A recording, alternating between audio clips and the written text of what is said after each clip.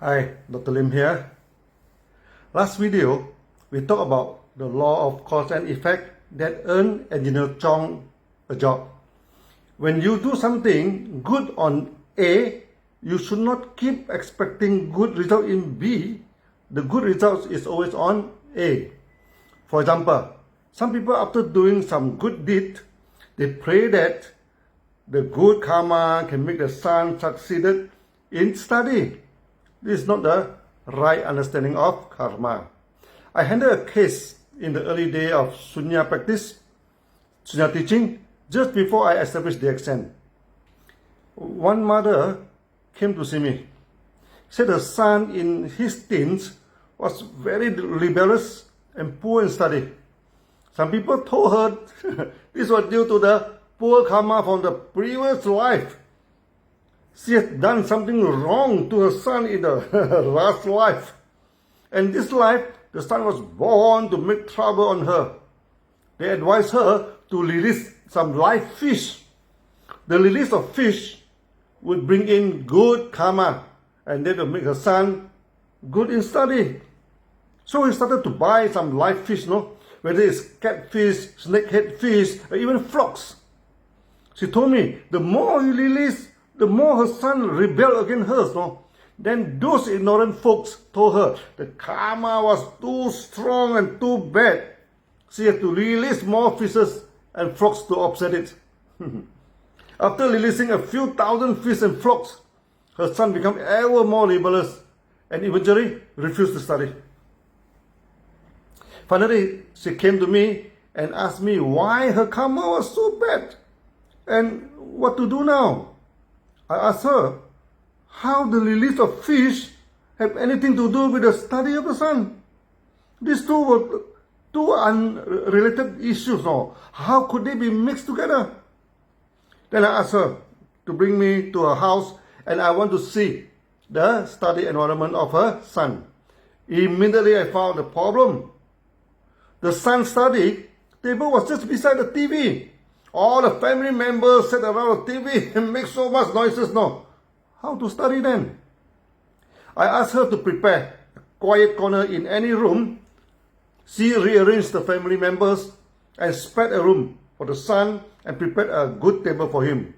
I told the son, now you have a private place for you to study. Were you happy with the arrangement?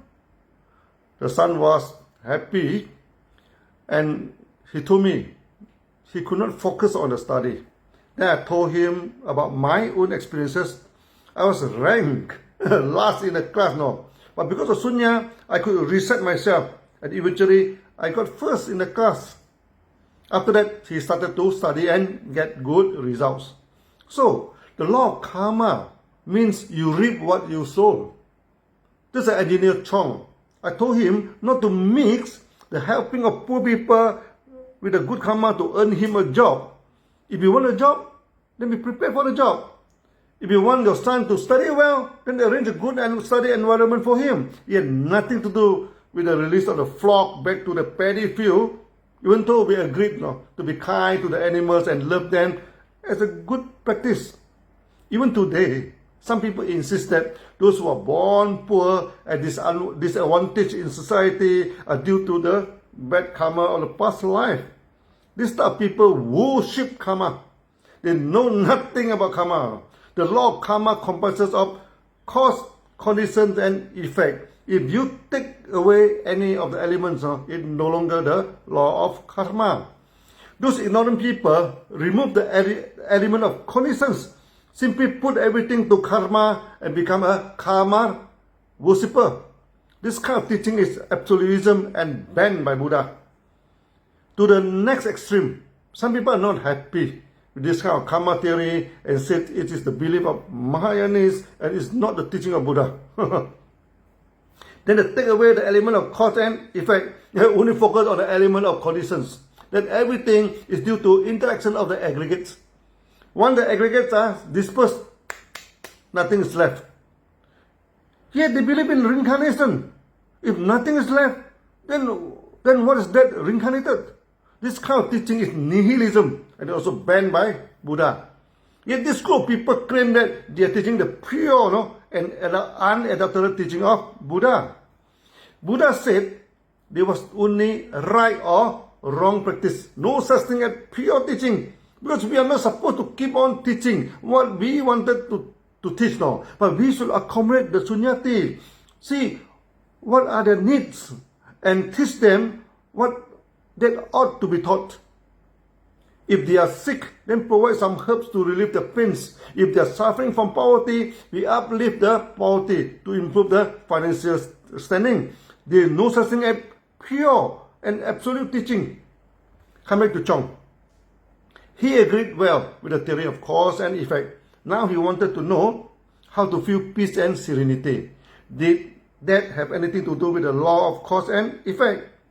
He was excited after I told him that I have a technique that could bring peace and could bring peace to him. No, like the day the pastor blessed him. That peaceful stage in Sunya, we call it the Samadhi stage. There are many kinds of Samadhi, One of them, you feel peace and serenity. Not only that, your heart feel love, and some religious people have the kind of thankful sensation to his Lord. Chong asked me, am I sure he could reach that stage again? I told him again, this was cause and effect. If you practice and focus on the cause, the effect will come. To have serenity in your mind and to feel love and thankful, first, you should do away with all the negative feelings. When you detach from all the negative sensation, then the good effect of serenity sure comes without fail.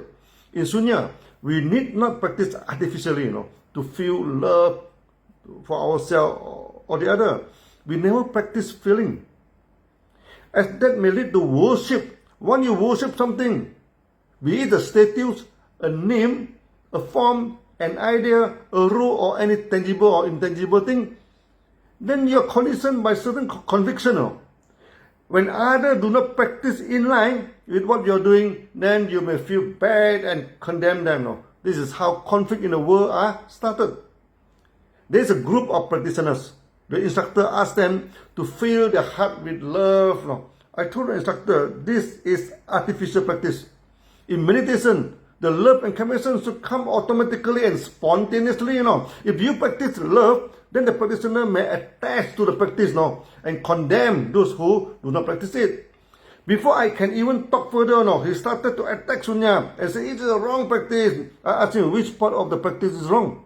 Basically, he thought it was wrong, but it was not conformed with his practice. That's all. There's no logic behind it. Okay, this immediately proved my point that it makes them worship their practice. When you practice artificially in any religion, then only your religion is holy. All the religions are satanic. This is a kind of worship, no different from the statue worshipper, and create conflict and war in the world. I've seen many students of the instructor, fanatic people. They only believe in what they are doing is right and keep on attacking the practice of others. In Sunya, we allow the Sunyati to practice what is allowed in their religions. We never criticize any other practice unless it's fall into the realm of absolutism and nihilism, like the wrong interpretation of karma. We never attack any belief or any religion. In Sunya, reverse counting is the most important practice, but we never worship the practice. When someone cannot do the reverse counting due to certain reason, we always use other method to replace the reverse counting. When you reach the peaceful and serene state, we actually ask you to throw away the reverse counting and only focus on the in and out of the breathing. We never make the practice to become a fixed rule that you have to follow it to the end. We detach ourselves from the religious building, from worshipping the statues and chanting the mantra. But it does not mean that we are going to destroy the temple, bomb the statues, and ban the mantra. If you wish to go to your temple, church or mosque to pray, that is alright. Only that you do not force other Sunyati to try to convince them to change their belief and follow you to your religious building. In Sunya, we have nothing to do with the belief and do not convert people. Similarly, if someone wishes to pay respect to some features, it's up to them. Only that he should not force other people to pay respect to the feature as him. Many Sunyatis donated some space in their houses, business office, and some even vacant premises to the other practice Sunya. Many of them are not Buddhist. Yet the common question is whether we should put a Buddha statue, as Sunya was first taught by Buddha. I asked them why we should place a statue of Buddha. Some of them say to remind people, Sunya was taught by him. Others say that we can pay respect to Buddha. I told them Buddha has told the best way to respect him is to practice his teaching, not to prostrate to his body, And this is clearly stated in Diamond Sutra. We should not worship the Buddha in form, mean the statue, and in sound, mean the mantra. Practicing his teaching is the best way to respect him and make people think of him. We do not need to put up his statues. Come back to peace and serenity. Once you have detached yourself from all the negative sensation and negative mindset, your heart will automatically fill with love and peace. It is intrinsic and spontaneous in nature. Need not practice love and peace artificially. Some organizations get people to pray for peace, to meditate for peace, to chant for peace. Unfortunately, after so many prayers, meditation, and chanting, the world is as dangerous and risky as ever. The real peace and love should come from the day-to-day practice of Sunya. We have predicted we need about 3% of the world population to practice Sunya. Then the world will be peaceful and eventually poverty will be uplifted. The question was how to get rid of the negative sensation. George Chong asked me eagerly. I told him the practice of reverse counting was the best practice. This is a practice on neutral thinking. As our mind cannot hold two thinking at the same time, the neutral thinking should replace the negative and agitated thinking. Chong was convinced and started to practice the reverse counting. As he was about to go to a new job soon, so almost every morning, he invited me for the coffee. As after that, we may not be able to meet so often. After a few days, during the coffee time, he told me excitedly, the sensation of serenity did come back, and he felt peace and thankful again. I also felt happy for him. Things were going well, and he progressed very fast. Soon he could feel the peace and serenity most of the time. By right, this was a good ending, and our story should end here, but it was not. In one morning, just before he was about to join the new job, he told me he faced a big problem in the family. His wife was not happy with Sunya and said he brought in a non-Christian practice into a Christian family. The demon may enter his mind when he meditates. He told me his wife wanted to meet me, and she did not want this to happen. For sure, I would quarrel with the wife. I laughed at his worry, and asked him to bring me to meet his wife. I assure him there is no quarrel. We Sunyati never quarrel with people when they do not agree with our practice. But at least I wanted to explain to her what Sunya is, and wanted to know what is so non-Christian about the practice of Sunya. The meeting with his wife, who is a strong Christian, was very dramatic. I leave it to the next video. See you all again, folks. Bye-bye.